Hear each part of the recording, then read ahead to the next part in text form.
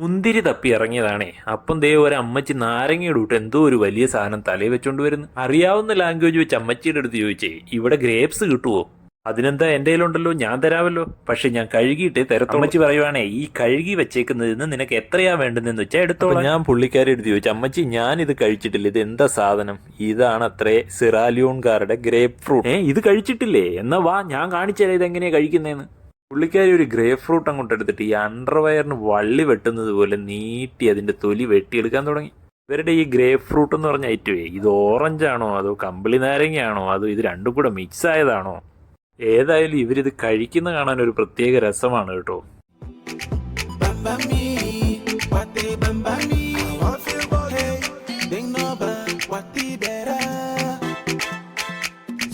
അങ്ങനെ ചെത്തി മിനുക്കി സുന്ദര കുട്ടപ്പനാക്കി. എന്നിട്ട് അതിന്റെ മേളിൽ ഒരു ഓട്ടയിട്ട് ഒരു ഫോർക്ക് എടുത്ത് കുത്താൻ തുടങ്ങി.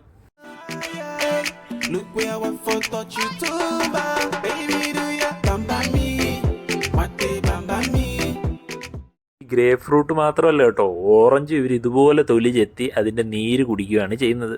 നമ്മുടെ നാട്ടിലെ കൂട്ട് ജ്യൂസ് ഒന്നും അടിച്ച് ഇവർ മെനക്കെടാറില്ല.